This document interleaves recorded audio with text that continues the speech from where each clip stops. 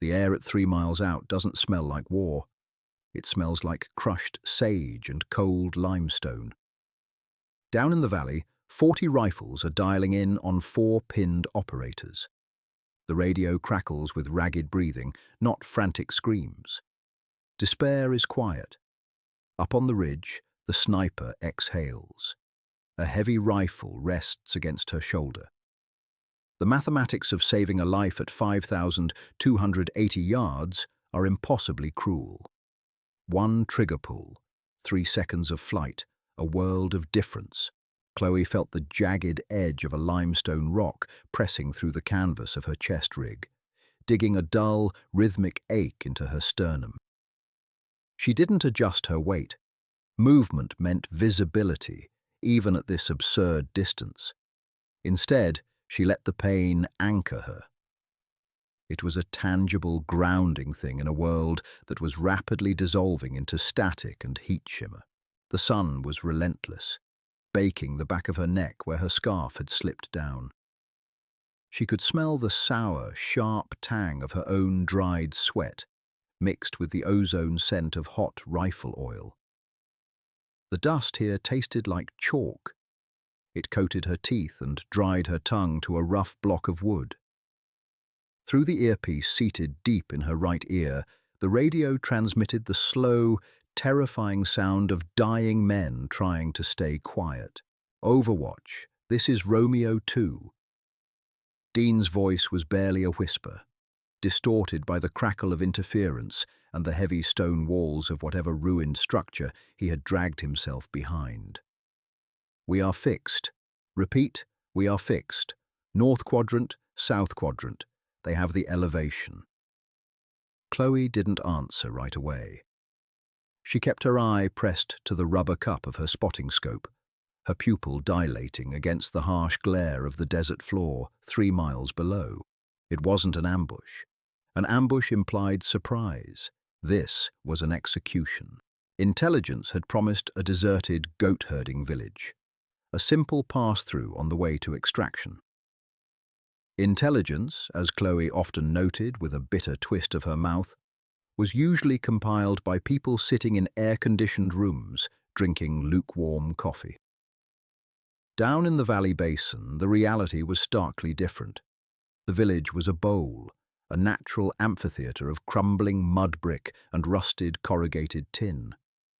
And sitting on the rim of that bowl, perfectly spaced among the scree and shadow, were the enemy. She tracked her scope left to right. Her brain automatically filed the data, stripping away the humanity of the figures in the glass and reducing them to geometry. 1, 2, 7, 15. They were crawling like ants over a discarded apple core. Snipers, or at least men with long guns and the patience to use them. She counted 40 distinct positions. 40 barrels pointed down at the collapsed apothecary where Dean, Hayes, and Wyatt were huddled behind a wall no thicker than a dictionary. "I see them, Romeo 2. Chloe finally keyed her mic. Her voice sounded strange in her own head, flat, unbothered. She hated that tone. It was the voice she used when she knew people were going to die and she had to pretend everything was fine. "They're taking their time," Hayes chimed in. A sharp intake of breath hissed over the comms. Someone was bleeding. "They know we don't have air support.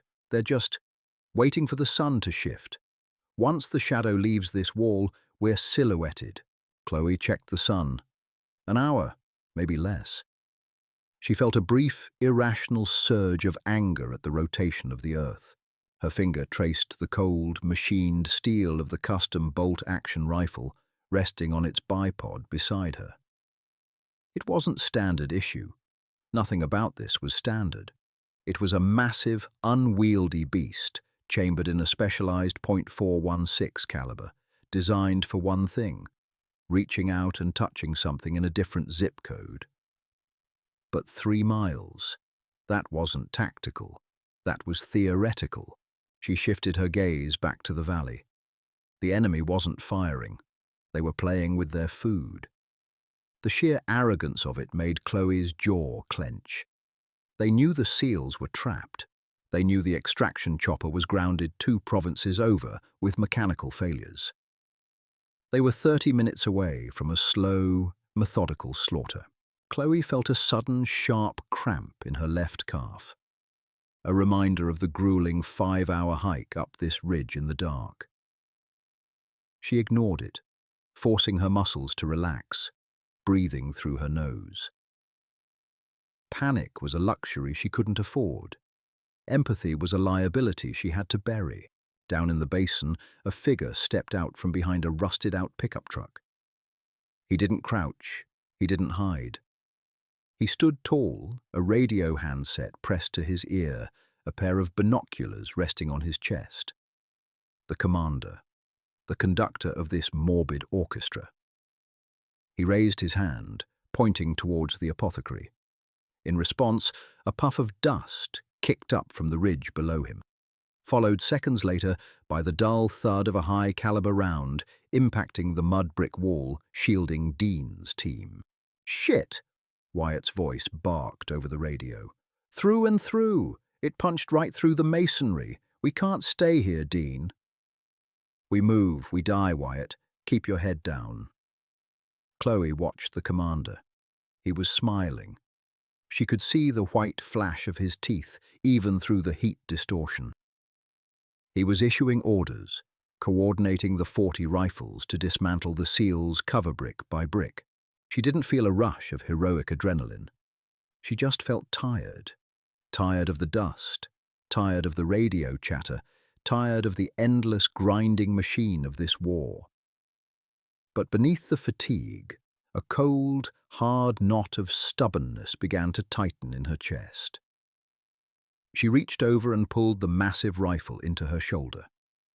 Setting up a shot at 3 miles isn't marksmanship. It's applied physics. It's a fight against the atmosphere, gravity, and the rotation of the planet itself. Chloe settled her cheek against the stock. The composite material was hot against her skin. She opened her scope caps and stared down the optic, turning the magnification up until the lenses gathered the sparse light and focused it into a crisp, brutal image of the man by the truck. He was 5,280 yards away. She pulled her ballistic calculator from her breast pocket. The screen was scratched, smudged with fingerprints. She punched in the variables, her thumb moving with practiced, robotic efficiency. Distance, 5,280 yards. Incline, -14 degrees. Temperature, 102 degrees Fahrenheit. Barometric pressure, 28.1 inches of mercury. Then came the wind. The wind was the devil. Between her muzzle and the target, the bullet would have to cross 3 distinct valleys, each with its own microclimate and thermal drafts. She stared at the landscape, reading the invisible currents. At 500 yards, the dried scrub brush was twitching left to right. At a mile out, the heat mirage was boiling straight up, a dead zone. At 2 miles near the valley floor, the dust kicked up by the enemy's movements drifted lazily right to left. The wind would push the bullet off course, then it would push it back. She dialed the turrets on her scope. Click, click, click. The sound was crisp, mechanical, utterly devoid of emotion.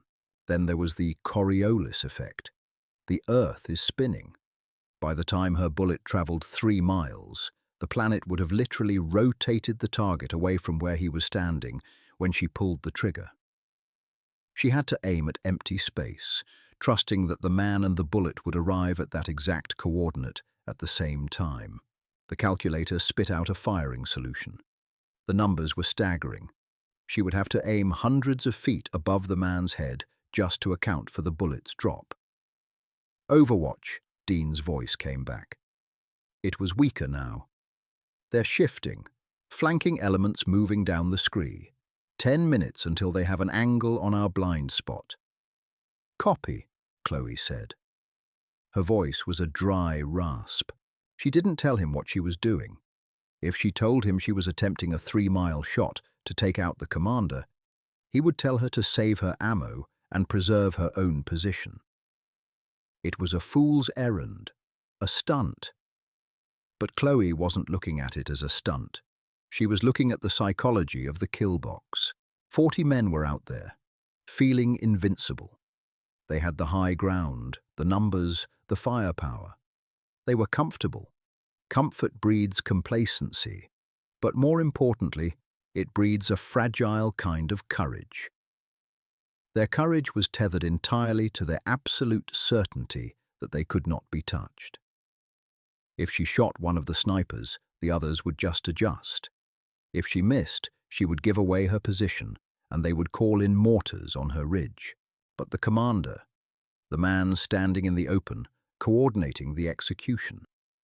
If he suddenly ceased to exist, if the wrath of God reached down from a silent sky and erased him in front of his men, the math of the battlefield would change. The invisible tether holding those 40 men together would snap. Panic is a contagion. Chloe adjusted her bipod, digging the spikes deeper into the limestone. She chambered around. The bolt glided forward, stripping the heavy, brass-cased cartridge from the magazine and sliding it into the chamber with a heavy, satisfying metallic clunk. She settled back in. Her heart was beating too fast. Thump! Thump! Thump! It vibrated against the stock of the rifle, making the crosshairs dance imperceptibly. At this range, a millimeter of movement at the muzzle translated to yards of error at the target. She closed her eyes. She focused on the smell of the dust. She focused on the pain in her sternum. She breathed in, slow and deep, filling her diaphragm, expanding her ribs against the unyielding canvas of her rig. She exhaled. Thump, thump, thump. Her heart rate dropped. The world narrowed. The periphery faded away. The heat, the thirst, the static on the radio. There was only the glass, the crosshairs, and the man standing by the truck. He raised his radio again. He was smiling. Chloe's finger found the trigger. It was a 2-stage trigger. She pulled it back through the first stage of slack until it hit the wall. A hair's breadth of pressure left. "Hold on, Romeo 2, she whispered into the mic. She wasn't a hero. She didn't feel a righteous fury. She felt a profound, heavy emptiness, a detachment that scared her when she thought about it later in the quiet dark of her barracks. But right now, it was a tool. She watched the wind. The scrub brush twitched. The dust drifted. Wait for the lull. The commander dropped his hand. The radio was at his side. He turned, looking directly up toward Chloe's ridge. He couldn't see her. He was just admiring the view of his own trap. The wind died. For one crystalline second, the dust hung suspended in the air. Chloe exhaled the last half of her breath, pausing at the natural respiratory pause. The crosshairs rested precisely in the empty air, hundreds of feet above and significantly to the left of the man's head. She squeezed. The recoil was a physical assault. The rifle slammed backward with the force of a car crash, the buttstock driving into her shoulder pocket, sending a shockwave down her spine. The muzzle brake vented expanding gases violently to the sides, kicking up a massive cloud of grey dust that instantly blinded her optic. Chloe didn't flinch. She fought the rifle back down, racking the bolt back in a single, fluid motion. The empty brass casing ejected, spinning through the air and landing with a sharp tink against the rocks. She pushed the bolt forward, chambering a second round, and forced her eye back into the scope, tracking through the settling dust. Now came the worst part. The wait. At 3 miles, the bullet takes time. It's not instantaneous. It's an agonizing, suspended reality. 1 second. The bullet was traveling at Mach 3, screaming across the first valley, shedding speed. 2 seconds. It was crossing the dead zone, fighting the heavy, hot air of the mirage. 3 seconds. Down by the truck, the commander was turning. He was raising his hand to point at something on the ground. He never completed the gesture. Through the high magnification glass, Chloe watched physics and biology collide. There was no Hollywood explosion. There was just a sudden, violent displacement. The commander's upper torso jerked backward, as if hit by a freight train invisible to the naked eye. He crumpled, folding into the dirt with the heavy, boneless finality of a dropped sack of cement. It was over before the sound of the gunshot even began to echo down the canyon. Chloe didn't breathe. She didn't blink. She watched. For a long moment, the valley remained completely still. The 40 snipers in their hidden positions didn't react. They hadn't heard a shot. They hadn't seen a muzzle flash. Their commander had simply ceased functioning. Then the panic set in. It started near the truck. 2 men broke cover, running toward the downed man. They stopped a few feet away, staring. One of them raised his radio, frantically shouting into it. Up on her ridge, Chloe watched the contagion spread. The illusion of safety was shattered. These men understood crossfire. They understood cover. They did not understand a sniper who could reach out and crush their leader from a distance that didn't exist in their tactical manuals. To them, the shot hadn't come from a rifle. It had come from nowhere, from everywhere. A sniper on the northern scree broke cover, standing up and looking wildly around the empty ridges. Chloe adjusted her aim. She didn't have to do the math this time. She knew the hold. She didn't pull the trigger. She didn't need to. The man on the northern scree abandoned his rifle and scrambled backward, sliding down the loose rocks in his desperation to get behind the thickest wall he could find. "Overwatch," Dean's voice crackled, tight with confusion. "What the hell just happened? The commander is down. I repeat, HVT is down. Did you—" "Negative, Romeo 2. Chloe lied smoothly, her voice flat, devoid of the adrenaline that was suddenly making her hands shake. If they survived, she'd explain. If not, it didn't matter. "Looks like catastrophic equipment failure on their end, or divine intervention. Keep your heads down." The valley was descending into chaos. Without their commander, without a clear enemy to shoot at, the 40 rifles lost their cohesion. They were no longer a net slowly tightening around the SEALs. They were 40 isolated, terrified individuals, realizing they were in the crosshairs of a ghost.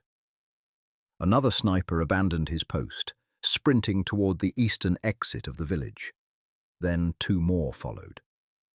They weren't retreating in a disciplined fashion. They were fleeing. Chloe watched them run, her eye still pressed to the glass, her finger resting lightly against the trigger guard. The knot in her chest slowly began to loosen, replaced by the crushing exhaustion of the adrenaline crash. Her shoulder throbbed where the rifle had bruised it. The dust still tasted like chalk. She had pulled a trigger. 3 miles away, the geometry of the battlefield had shattered.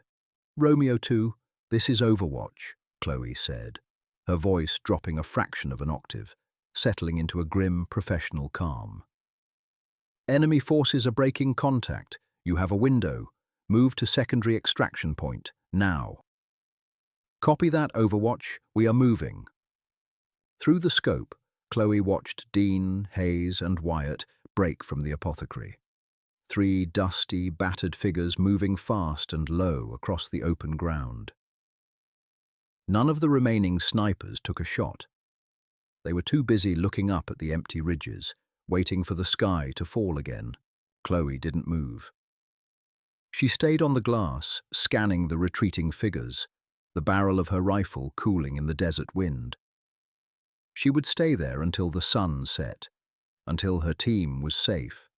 bearing the weight of the silence she had created. The sun dipped behind the western ridge, and the desert instantly surrendered its heat. It didn't cool down gradually.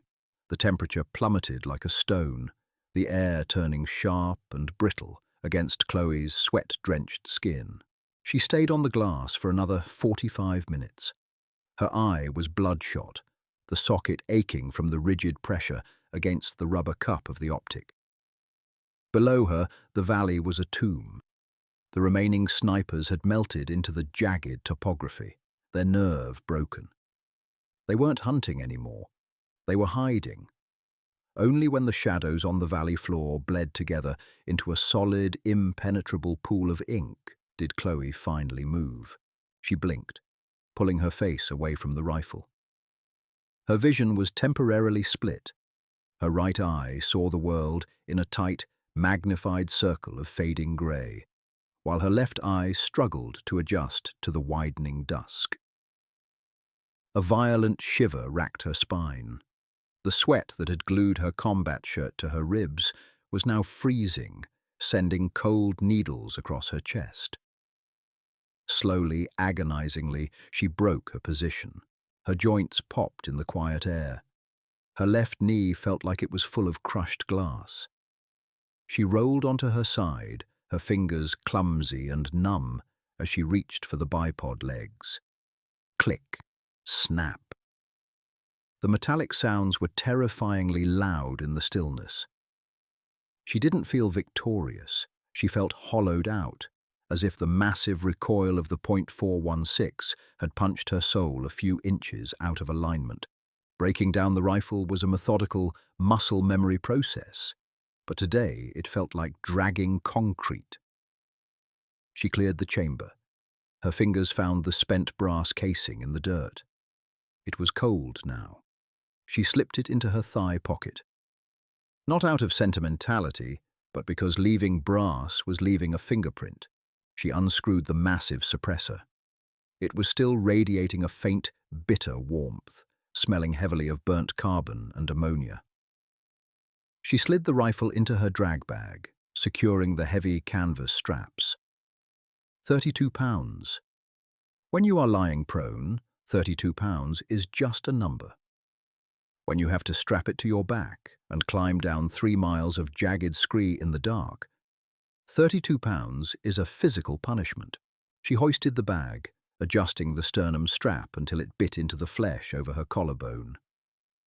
The bruise from the recoil was already blossoming there, a deep, tender ache that throbbed with every heartbeat. Overwatch Romeo 2. Dean's voice cracked over the earpiece. It was a squelch of static, barely audible over the rising evening wind. We are set at Rally Point Delta, awaiting your arrival. Status. Chloe keyed her mic, shielding it from the wind with a gloved hand. Moving. Give me 40 mics. Keep your safeties on. I'm coming in from the northwest. Copy. She began the descent. Walking down a mountain in the dark is an exercise in controlled falling. She didn't use a flashlight. White light was a death sentence, and even infrared under night vision goggles would severely limit her peripheral awareness. She relied on the ambient starlight, trusting the placement of her boots on the loose, sliding shale. The rocks crunched and ground beneath her soles. Every step was a calculation. Will this hold? Will this slide? Twice the earth gave way beneath her heel, sending her sliding on her back for several yards, the heavy drag bag scraping violently against the limestone. She arrested her falls by digging her elbows into the dirt, tearing the fabric of her uniform and scraping the skin raw. She didn't curse. She just breathed through the sharp spikes of pain, stood up, and kept walking. Her mind wandered, a dangerous habit in the dark. She thought about the commander folding into the dirt. She tried to find a moral anchor in it, a sense of righteous justice for saving her team. But the desert stripped away the morality of it. It stripped away the politics, the flags, and the mission briefs. It was just math. flesh and velocity. She had solved an equation and a man had ceased to exist. The wind picked up, howling through the narrow canyons and carrying the faint metallic smell of old copper. Or maybe it was blood. Out here, it was hard to tell the difference. She focused on the physical sensations to keep her mind from eating itself. The chafe of her wet socks against her heels, the rhythmic, agonizing pinch of the drag bag strap, the taste of dust permanently plastered to the roof of her mouth. By the time the dry riverbed of Rally Point Delta materialized in the gloom, Chloe's legs were trembling so violently she had to lock her knees just to remain standing. The wadi was a deep, jagged scar cut into the desert floor by centuries of flash floods. It was choked with twisted, dead tamarisk bushes that looked like skeletal hands reaching out of the dried mud. Chloe stopped 50 yards out, kneeling behind a low berm. She pulled her night vision monocular down over her left eye. The world snapped into a grainy, phosphorescent green. She scanned the brush. Nothing moved. "Romeo 2, I am on your perimeter," she whispered into the comms. Flashes. She reached into her vest, pulling out an infrared strobe. She shielded it with her hand and pulsed it twice. To the naked eye, nothing happened. Through night vision, a brilliant white light flared and died in her palm. A moment later, 2 answering flashes blinked from the thickest cluster of tamarisk bushes near the bottom of the wadi. "I see you," Chloe said. "Coming in." She pushed up from the berm, her muscles screaming in protest, and carefully picked her way down the steep embankment. The smell hit her before she saw them. It was the sharp, chemical stench of quick-clot combat gauze mixed with the heavy, unmistakable odor of sweat, adrenaline, and voided bowels. Fear has a scent, and this wadi was soaked in it. Dean was kneeling at the perimeter, his rifle leveled at the darkness. As Chloe approached, he lowered the weapon. In the green haze of the nods, his face looked skeletal, his eyes sunken into dark pits. His uniform was torn, coated in a thick layer of pale dust. He didn't say hello. He just nodded toward the center of the brush. Chloe moved past him, dropping to one knee beside Hayes and Wyatt. Wyatt was lying flat on his back, his head resting on his helmet. His breath was coming in short, ragged gasps. Hayes was leaning over his right leg, his hands slick with a dark, viscous liquid that looked black in the moonlight.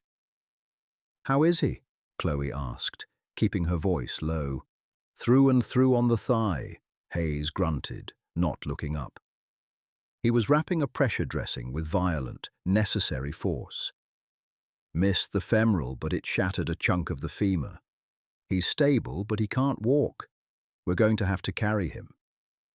Wyatt shifted, groaning as the bandage tightened. He turned his head toward Chloe. His face was pale, his lips cracked. "Heard you had some catastrophic equipment failure up there," he managed, forcing a weak, dark chuckle that devolved into a wet cough. Chloe felt a tight knot form in her throat. She looked down at her hands, smeared with the chalky limestone of the ridge. "Yeah," she said quietly. "Lucky break." Dean moved back into the circle, crouching next to her. He looked at the massive drag bag strapped to her back, then looked at her face. He had been a SEAL for 15 years. He knew the difference between luck and a .416 caliber intervention. He reached out and tapped the canvas of her bag. 3 miles, Chloe," Dean said. It wasn't a question. It was an accusation laced with a profound, exhausted gratitude. "I checked the map while we were waiting. The only ridge with a line of sight to that truck was 3 miles out." It was a busy afternoon, Chloe deflected, refusing to meet his eyes. She unclipped the sternum strap, letting the massive rifle slide off her shoulders and into the dirt. The sudden absence of the weight made her feel lightheaded, as if she might float away. She unhooked her canteen, the plastic warm and scarred, and took a slow, deliberate sip. The water tasted like plastic and iodine, but it was the best thing she had ever consumed. "We need a litter," Hayes said, tying off the dressing. "We have 12 miles to the secondary exfil coordinate. Chopper won't risk coming into the basin after what happened today." Dean nodded. "We build one. Rifles and uniform blouses." They worked in silence. It was the grim, mechanical labor of men and women who had run out of adrenaline and were operating purely on stubbornness. Chloe stripped off her outer combat shirt, shivering violently as the freezing desert wind hit her damp undershirt. Dean did the same. They ran the sleeves through the barrels of 2 spare M4s, creating a crude, unstable stretcher. "Listen to me," Dean said, gathering them close. The wind whipped his voice away, forcing them to lean in. "Those snipers broke, but they aren't gone. When the sun comes up, they'll realize they ran from ghosts. They'll track our blood trail." He looked at Wyatt, who was shivering uncontrollably on the ground. "We don't stop. We don't rest. We walk until our feet bleed, and then we walk on the stumps. Understood?" "Understood," Hayes muttered. Chloe just nodded. She looked up at the narrow strip of sky visible above the walls of the wadi. The stars were bright, uncaring pinpricks of ice. "I'll take rear guard," Chloe said. Her voice was flat. "I'll sweep our tracks." Dean hesitated. He looked at her exhausted frame, the bruises forming on her neck, the way her hands trembled slightly as she held her M4. But he didn't argue. He knew better than to argue with a sniper about the rear guard. "All right," Dean said. "Let's move." The first hour was a quiet, grinding agony. They moved out of the wadi and onto the high desert plateau. The terrain was relatively flat, but it was littered with hidden sinkholes, sharp scrub, and loose shale. Carrying Wyatt required Hayes and Dean to walk awkwardly, their shoulders bearing the brunt of the heavy, shifting load of the improvised litter.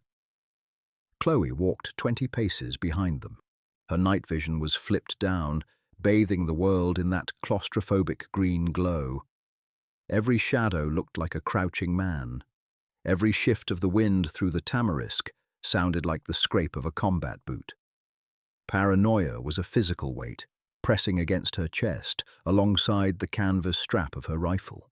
To hide their trail, she dragged a thick branch of sagebrush behind her, sweeping it over the crushed dirt and blood droplets left by Hayes and Dean.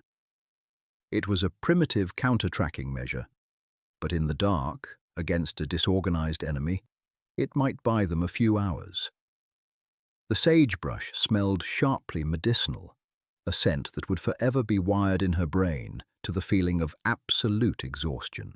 Her body was failing. The adrenaline crash from the shot had fully set in, leaving a toxic sludge of cortisol and lactic acid in her muscles. Her left calf, the one that had cramped on the ridge, was now a solid knot of white-hot pain with every step. Left foot, right foot, drag the brush. She fell into a hypnotic, miserable rhythm.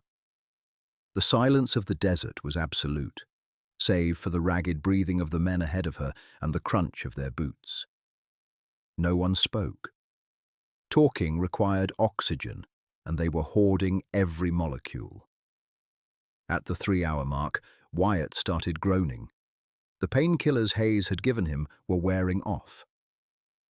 "Hold up," Dean hissed over the radio. The formation stopped. Dean and Hayes gently lowered the litter to the dirt. Wyatt gritted his teeth, his eyes squeezed shut, a thin line of spittle forming at the corner of his mouth. Chloe dropped to a knee, sweeping her rifle in a slow 180-degree arc, scanning their back trail. The green world was empty. I can't feel my foot, Wyatt gasped, his voice trembling. Hayes was already beside him, his hands moving over the bandages in the dark. Swelling is cutting off circulation. I have to loosen the tourniquet. No, Dean said sharply. You loosen that, he bleeds out. He loses the leg if I don't, Hayes shot back, his whisper harsh and desperate. He loses his life if you do. We don't have enough blood expander to replace what he'll lose. Chloe listened to them argue in the dark. It was a surreal, horrific mathematics, trading a limb for a life, trading hours of time for miles of distance. It was the same math she had done on the ridge, just applied to a different set of terrifying variables. Leave it tight, Wyatt forced the words out, his head thrashing side to side. Just give me another siret, please, Hayes. Just dull it. Hayes swore under his breath. Chloe heard the sharp pop of a plastic cap, followed by a muted grunt from Wyatt as the morphine needle punched through his thigh above the wound. 2 minutes, Dean said. Then we lift. Chloe turned her attention back to the empty desert. Her eyes burned. The lack of sleep was beginning to play tricks on her visual cortex. The stationary bushes in the distance seemed to shift and crawl. She had to constantly blink and look away to reset her focus, forcing her brain to recognize the difference between a shadow and a threat. She thought about the man by the truck again. She didn't want to. She wanted to focus on her sector, on the wind, on the safety of her team. But in the crushing silence of the night march, the mind finds the darkest corner and camps there. She had watched his head snap back. She had watched the physics of his death. In the movies, snipers were either cold, sociopathic killers who slept like babies, or tortured souls who wept over their rifles. Chloe was neither. She was just a mechanic who had fixed a very ugly problem with a very loud tool. But the fact that she didn't feel broken by it, the fact that she could pull the trigger, end a life, and then calmly lie to her team about it, that scared her. Was the detachment a survival mechanism, or was it a symptom of something vital dying inside her? Overwatch. We're moving.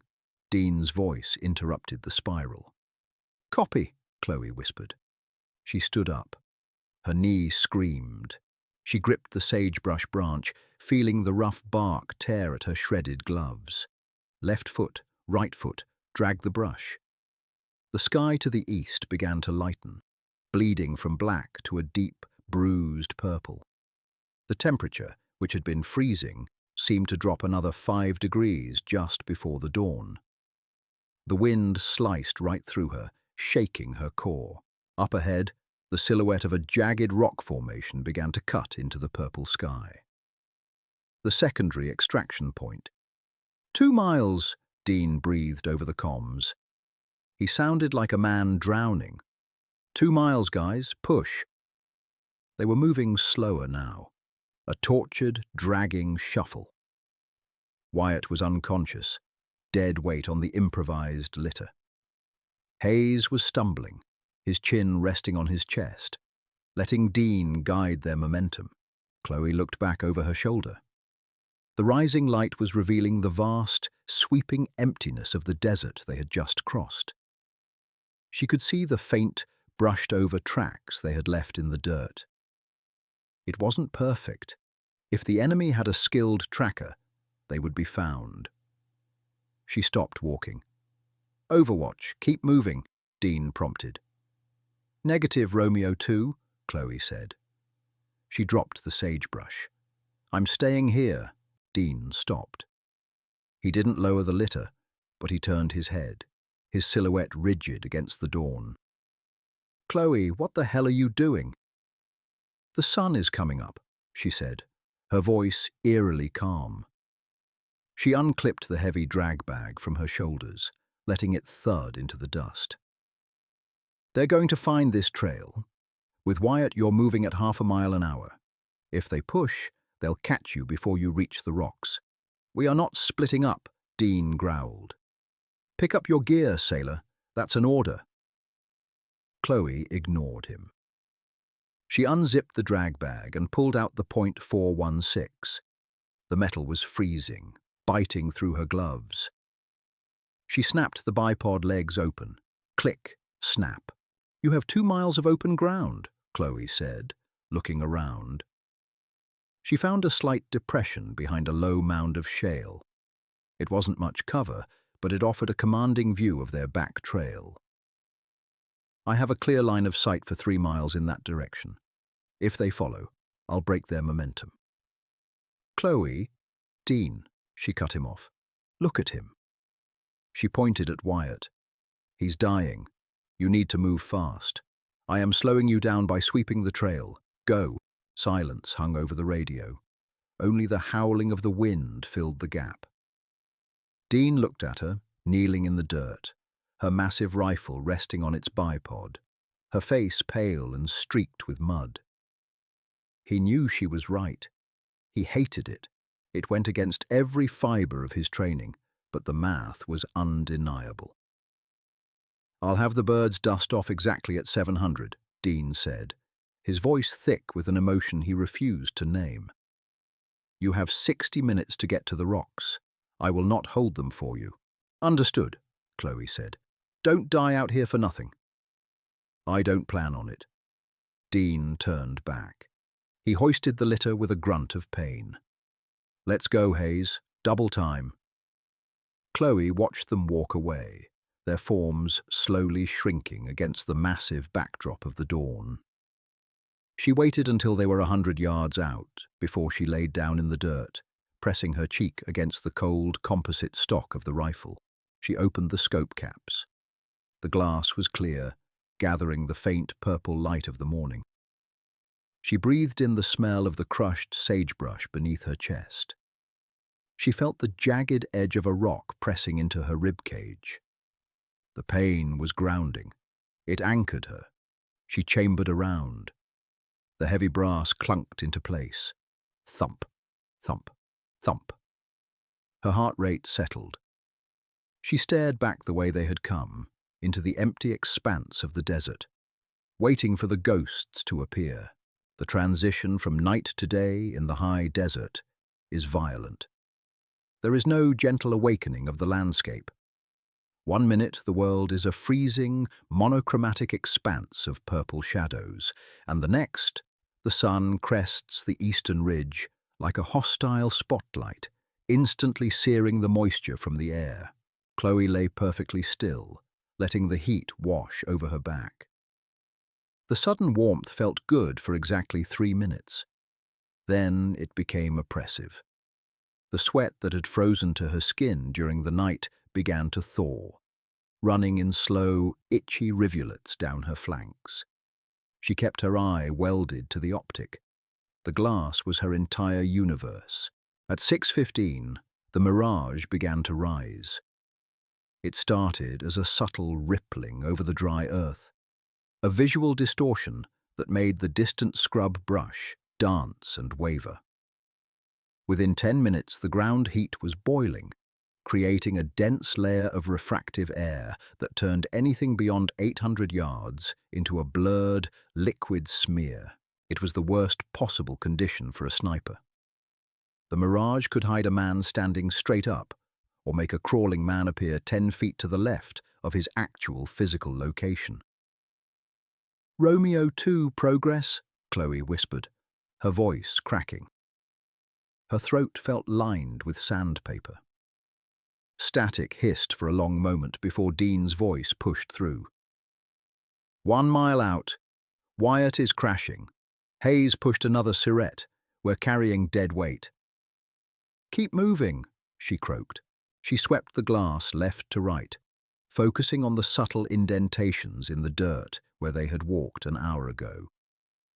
The sagebrush she had dragged had blurred the footprints, but to a trained eye, the disturbed earth, the overturned pebbles exposing their darker undersides, the snapped twigs. It was a neon sign pointing straight toward the extraction point. At 06:28, A shadow detached itself from a cluster of rocks at the 1 mile mark. Chloe stopped breathing. She dialed the magnification back to widen her field of view, sacrificing crisp detail for a broader perspective. It wasn't a platoon. It wasn't the 40 men from the basin. It was 3 individuals. They moved entirely differently than the regular infantry she had watched the day before. These men didn't clump together. They maintained a strict 20-yard dispersion, moving in a bounding overwatch, one moving low and fast, while the other 2 provided cover. They were dressed in earth-toned local garb, their faces wrapped, carrying compact assault rifles. Trackers, the professionals. The local militia must have called in specialists to hunt down the team that had embarrassed them. The lead tracker paused. He knelt by a patch of earth, extending a hand to trace something on the ground. He was looking at the spot where Dean and Hayes had set Wyatt down to argue over the tourniquet. He touched the dirt, then brought his fingers near his face. He was looking at Wyatt's blood. The tracker stood, raising his hand and pointing directly toward Chloe's position. They knew. The ghost wasn't a ghost anymore. It was a bleeding, limping prey animal, and they had the scent. Chloe's thumb wiped the safety forward. The metallic click was loud in her own ears, but silent to the world. She settled her cheekbone firmly into the stock, finding the natural shadow of the optic. She didn't reach for the ballistic calculator. There was no time, and the distance was closing too fast. This was raw estimation, relying on thousands of hours of repetition. Distance, roughly 1,400 yards. Wind, crosswind, left to right, maybe 5 miles per hour. Mirage, heavy, boiling upward. She aimed low to account for the refractive index of the heat waves, holding her crosshairs slightly to the left of the lead tracker's chest. She didn't want to kill him. If she killed him, the other 2 would instantly go to ground, vanish into the landscape, and flank her while she was pinned. She needed to break their psychology. She needed to remind them of the terror from the basin. She needed to make them believe the sky was still falling. She shifted her crosshairs 3 feet to the right, aiming at a large, flat slab of limestone, sitting right next to the lead tracker's knee. She pulled the trigger. The .416 roared, tearing the morning silence in half. The recoil shoved her backward, driving the buttstock into the already deep purple bruise on her collarbone. She forced her eye back to the scope through the violently kicking muzzle blast. At 1,400 yards, the bullet took just over a second and a half to arrive. It impacted the limestone slab with the force of a small explosive. The rock detonated. A spray of razor-sharp stone shrapnel exploded outward in a grey cloud, whipping across the lead tracker's legs and torso. He screamed.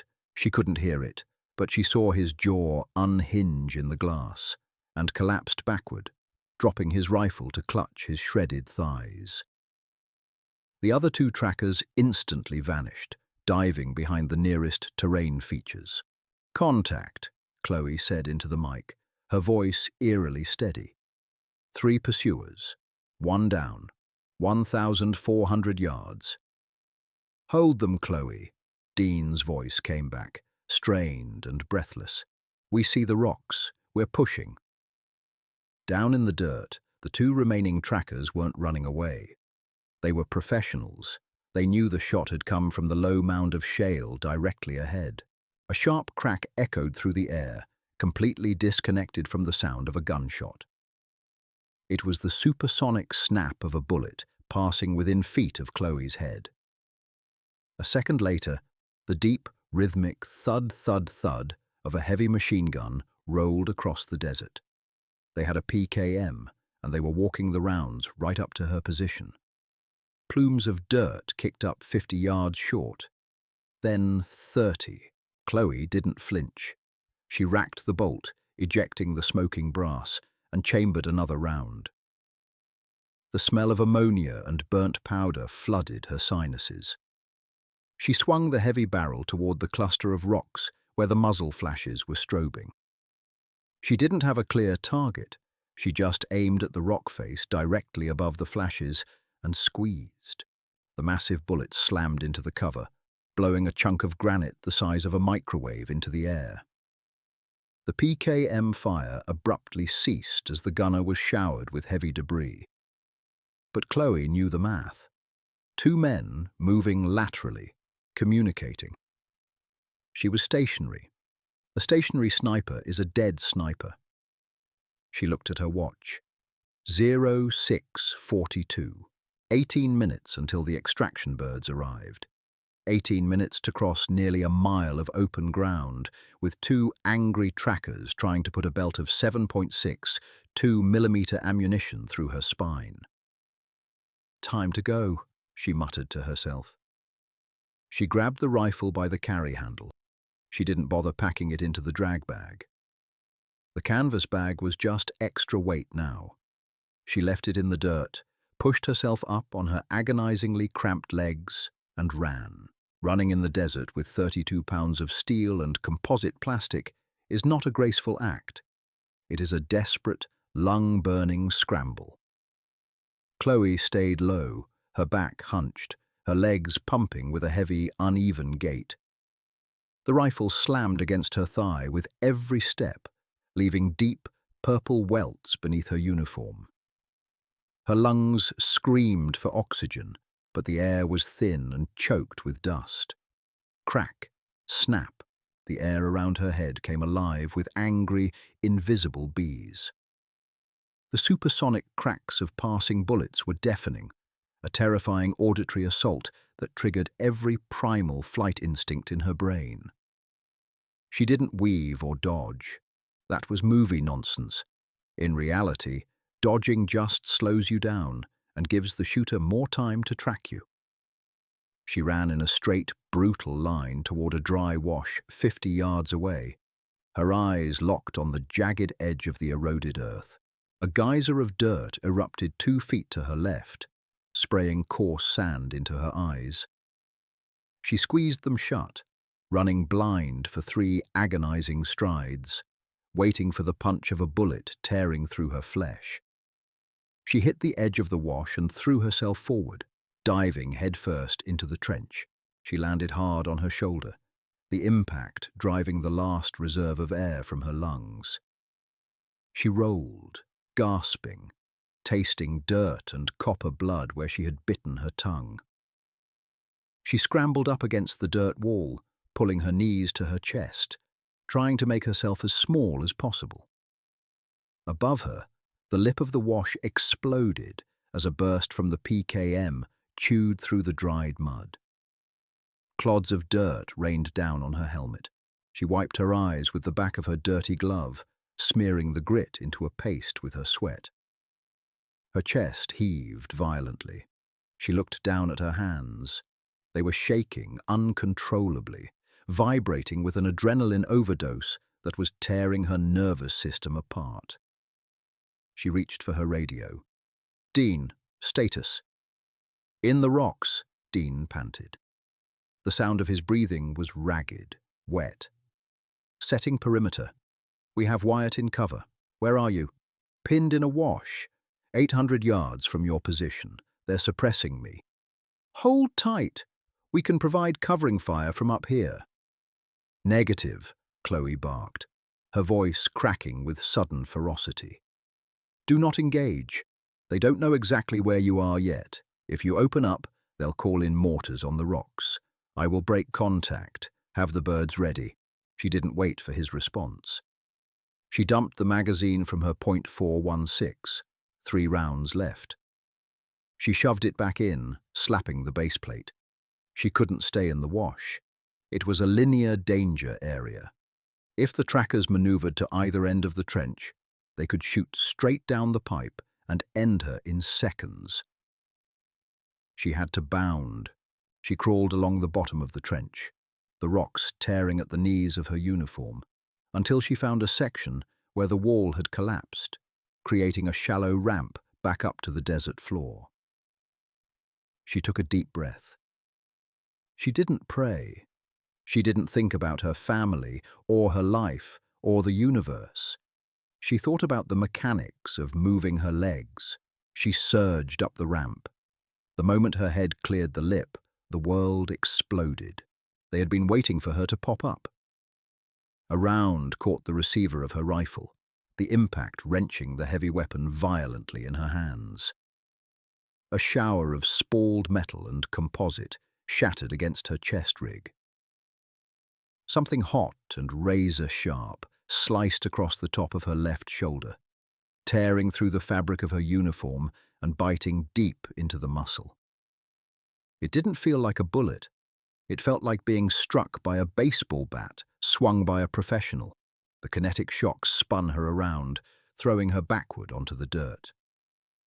She skidded, her vision flashing brilliant, blinding white. The sound of the gunshot arrived a second later, a dull boom that seemed to echo inside her skull. For a terrifying second, she couldn't breathe. Her diaphragm was paralyzed by the shock trauma. She lay on her back, staring up at the painfully blue, empty sky. A single thought drifted lazily through the chaos in her mind. So this is the math failing, but the training took over before the shock could finalize. Her hand went to her shoulder. It came away slick and hot with arterial crimson. Not the artery, but a deep flesh wound. The collarbone felt intact. She rolled onto her stomach, groaning as the torn muscle screamed in protest. Her left arm was heavy, the fingers numb and unresponsive. She grabbed the .416 with her right hand. The weapon was scarred, a deep gouge ripped out of the magazine well, but the action looked clear. She dragged herself toward a small cluster of dead scrub brush, leaving a thick, dark smear of blood on the pale limestone. "Chloe!" Dean's voice was frantic in her ear. "We see you! You're hit! I am engaging!" "No!" she tried to yell, but it came out as a wet cough. The heavy, rhythmic thump-thump-thump of Dean's battle rifle echoed from the rocks 800 yards away. He was laying down suppressive fire, trying to buy her time. The trackers shifted their focus, the PKM chewing into the rocks where Dean was hiding. Chloe lay in the dirt behind the brush. Her vision was narrowing, greying at the edges. Blood loss and shock were closing the aperture of her world. She looked at her watch. 6:56. 4 minutes. She propped the heavy rifle over the root of the dead bush. Her left arm was useless, hanging limp at her side. She used her right hand to settle the stock against her right shoulder, bracing the bipod legs with her forearm. It was an incredibly unstable, agonizing position. Through the scope, she found the muzzle flashes of the PKM. The tracker was dug in behind a slight berm, pouring fire into Dean's position. She couldn't stabilize the crosshairs. They danced wildly over the target, bouncing with every panicked beat of her heart. "Breathe," a cold, cynical voice whispered in her head. "You're not dead yet. Do the math." She inhaled sharply, the pain in her shoulder spiking into white-hot agony. She held it. She timed the sway of the reticle. As the crosshairs drifted across the dark shape of the gunner behind the berm, she didn't squeeze the trigger. With her left hand dead, she had to pull the trigger with a violent, slapping motion. Crack! The recoil wrenched the rifle out of her grip entirely, sending it tumbling into the dust. She collapsed onto her side, clutching her bleeding shoulder. Out in the desert, the PKM fell silent. Whether she hit him or just sent a 400-grain solid copper bullet inches from his face, it didn't matter. The suppression stopped. "Move, Chloe!" Dean screamed over the radio. "Move now!" She didn't grab the rifle. It was dead weight, and she didn't have the strength to lift it with one arm. She left a $20,000 piece of hardware in the dirt, pushed herself up with her right hand, and began to stagger toward the rocks. It wasn't a run. It was a drunken, stumbling shamble. Her left arm swung uselessly, spraying droplets of blood with every step. Her vision was a strobing nightmare of bright sunlight and encroaching blackness. Every step was an eternity. She expected the bullet to hit the back of her head at any second. She expected the ground to rush up and meet her. But all she heard was the wind and the ragged, horrific sound of her own gasping breath. She hit the perimeter of the rocks and immediately collapsed. Her knees gave out, and she face-planted into the gravel, the sharp stones tearing the skin of her cheek. She didn't care. The ground felt solid. It felt like a barrier. Hands grabbed the drag handle on the back of her plate carrier. It was Hayes. He was swearing a steady, creative stream of profanity as he hauled her backward, dragging her behind a massive slab of sandstone. "I got her! I got her!" Hayes yelled over his shoulder. He dumped her against the rock wall and immediately ripped open the Velcro on his medkit. He didn't ask her where she was hit. The massive, spreading stain on her left shoulder told the story. He pulled out a pair of trauma shears and cut the fabric of her uniform away with violent efficiency. Chloe lay there, staring up at the jagged canyon walls. She couldn't feel the pain in her shoulder anymore. She just felt deeply, profoundly cold. "Through and through flesh wound," Hayes muttered, his hands slick with her blood as he packed a wad of quick-clot gauze directly into the cavity of torn muscle. "You're going to live, Sniper. Just going to hurt like hell tomorrow." He leaned his weight onto the bandage, applying agonizing pressure. Chloe didn't flinch. She just blinked slowly, watching the dust motes dance in the morning sun. 10 yards away, Dean was kneeling behind a rock, his rifle trained on the desert. "I don't see the tracker," he called out. "You pushed his shit in, Chloe. They're broken." He looked back at her, his face a mask of exhaustion and dirt. "Where's your rifle?" "Left it," she whispered. Her lips barely moved. Dean nodded slowly. For a sniper to leave her rifle, it meant the world had truly ended. He didn't reprimand her. He just turned back to his sector. 0659, Hayes said, tying off the pressure dressing with a tight, brutal knot. "They better be on time." As if summoned by the words, a sound began to build in the air. It wasn't a noise at first. It was a physical vibration. A deep, rhythmic thumping that vibrated in the marrow of Chloe's bones and rattled the small stones on the canyon floor. Whump, whump, whump, whump. The sound grew exponentially, transforming from a vibration into an absolute, deafening roar. Over the southern ridge, 2 MH-60 Pavehawk helicopters crested the skyline, flying incredibly low, their dark grey hulls looking like predatory insects against the morning sun. They didn't circle. They didn't hesitate. They flared hard, dropping their tails and bleeding speed with violent aggression. The rotor wash hit the rocks like a hurricane, a massive, choking cloud of dust, sand, and loose gravel exploded outward, turning the canyon into a brownout. Chloe squeezed her eyes shut, turning her face into the rock wall as the sheer force of the wind threatened to peel her off the ground. The smell was instantly intoxicating. The sharp, chemical stench of burning JP-8 aviation fuel mixed with the primal scent of crushed earth. Through the roar of the turbines, she heard the harsh chatter of the door gunner's minigun tearing a short, preventative burst into the empty desert, laying down a wall of lead just in case the trackers were feeling brave. The skids of the lead bird slammed into the uneven rock with a heavy, metallic crunch. "Go, go, go!" Dean was screaming.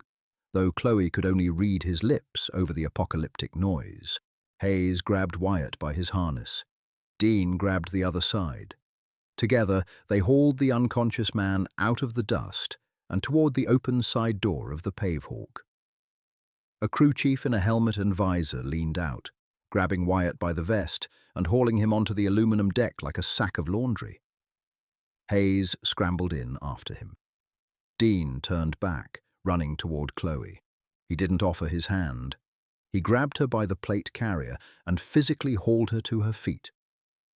The sudden change in elevation made the world spin violently. Chloe stumbled, her legs feeling like wet noodles, but Dean kept his arm locked around her waist, half carrying, half dragging her through the blinding storm of rotor wash. The smell of the jet fuel was overpowering now, a toxic perfume of salvation. They reached the door. The crew chief grabbed Chloe's good arm and yanked her upward. She spilled onto the cold, diamond tread floor of the cabin, rolling onto her back as Dean vaulted in behind her. "Up! Up! Up!" the crew chief screamed into his headset. The deck lurched violently. The engines whined to a deafening pitch, and the helicopter tore itself away from the earth, banking sharply to the north. Chloe lay flat on the floor, staring up at the chaotic tangle of wires, hydraulic lines, and canvas webbing on the cabin ceiling.